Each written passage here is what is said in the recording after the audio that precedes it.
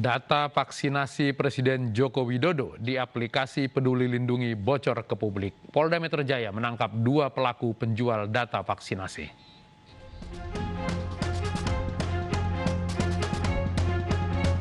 Penggunaan aplikasi Peduli Lindungi marak karena data vaksinasi dipakai sebagai syarat masuk ke lokasi dan berpergian. Tetapi siapa sangka data warga yang dimasukkan ke aplikasi tersebut rawan dibobol. Polda Metro Jaya menangkap 2 orang terkait pembobolan data dari aplikasi Peduli Lindungi. Pelaku yang merupakan pegawai kelurahan memanfaatkan akses untuk membuat sertifikat vaksin palsu. Modus operandinya adalah pelaku memiliki akses ke data kependudukan. Pelaku memiliki akses ke pikir. Lalu kemudian bekerja sama dengan rekannya untuk menjualnya kepada publik. Tidak hanya data warga, data presiden pun dibobol. Sertifikat vaksinasi Jokowi menyebar di sosial media lengkap dengan barcode dan data tanggal lahir.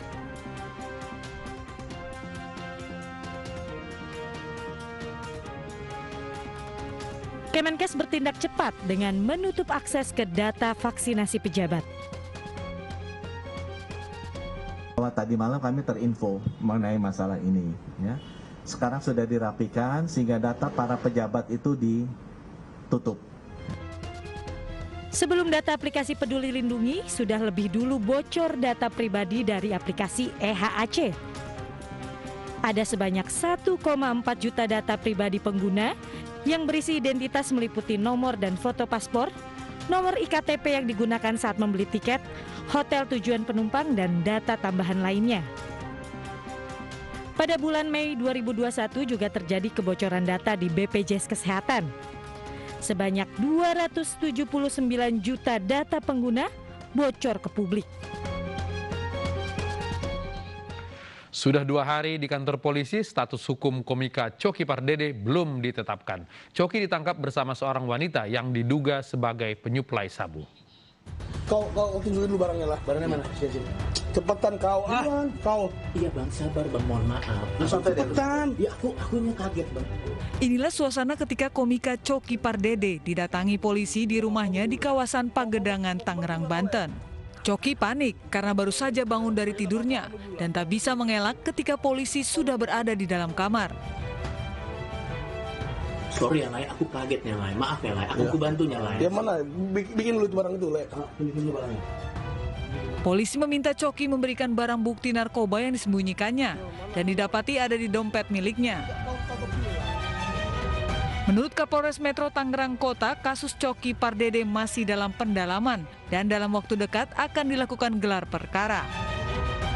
Bersangkutan saudara RP saat ini kita dalam proses pendalaman, kemudian akan kita tingkatkan, saya perintahkan kepada Kasat Narkoba dan timnya untuk melakukan gelar perkara terkait dengan proses pemeriksaan terhadap saudara RP, kemudian untuk ditingkatkan menjadi tersangka. Jawaban atas penangkapan Coki disampaikan Majelis Lucu Indonesia. Mereka meminta maaf kepada masyarakat Indonesia dan berupaya berkomunikasi kepada pihak kepolisian. Saat ini kami sedang berusaha untuk mendapatkan informasi lebih lanjut dan coba berkomunikasi sama pihak kepolisian dan juga pihak keluarga. Dan juga kami sekarang sedang alignment, sedang mengurus semua kewajiban-kewajiban kami yang harus kami lakukan atas partner kami Coki Pardede kepada semua klien dan juga kepada semua customer. Semua update berita akan kami konfirmasi dan kami update segera di channel Majelis Lucu Indonesia. Setelah penangkapan Coki Pardede, sebuah video yang menampilkan diskusi antara Coki, Tretan Muslim bersama petugas dari BNN kembali viral. Saat petugas BNN mengatakan sabu akan terasa panas jika menempel di kulit, Coki mengiyakannya. Betul. Di kulit. Gitu ya. Aku tahu. Coki Pardede ditangkap Satserse Narkoba Polres Metro Tangerang Kota Rabu malam lalu. Coki adalah komika tunggal yang sering tampil dengan komedi hitam atau dark comedy yang sering menuai hujatan dan kontroversial. Seorang kepala desa di Demak, Jawa Tengah diduga menganiaya teman wanitanya usai berkaraoke. Wanita tersebut mengalami luka memar di sekujur tubuh.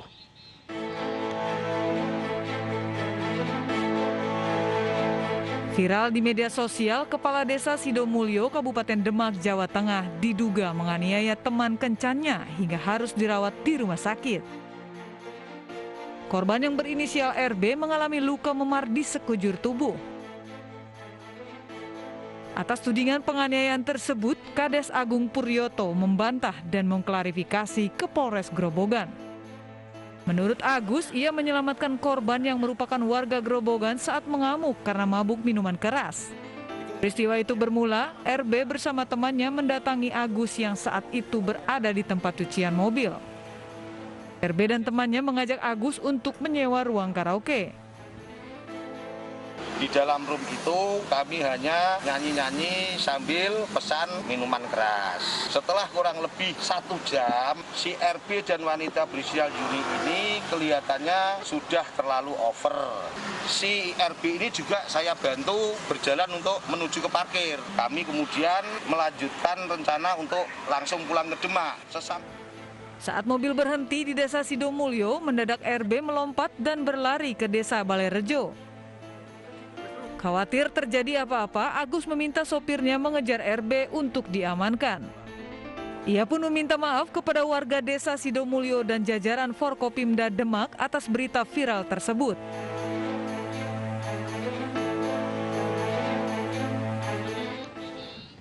Minimnya petugas pemakaman jenazah pasien COVID-19, seorang anggota polisi di Pacitan mengabdikan diri sebagai relawan.